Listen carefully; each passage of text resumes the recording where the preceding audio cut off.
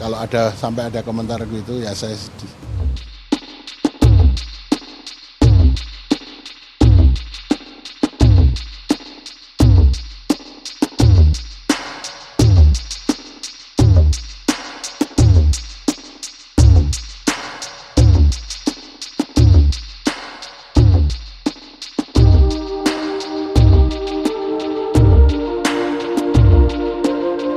Sampai ada komentar kayak begitu saya sedih, dan saya mengatakan ya enggak.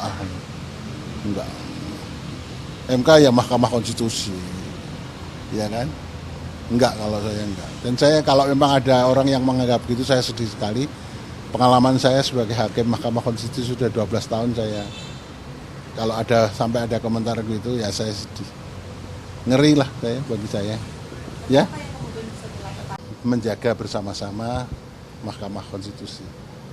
Jadi ada berita-berita negatif atau yang sampai mengatakan itu mahkamah keluarga ya jangan sampai disebarluaskan.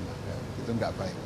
Kita kan sama-sama stakeholder bangsa ini, pengen bangsa ini menjadi bangsa besar kan.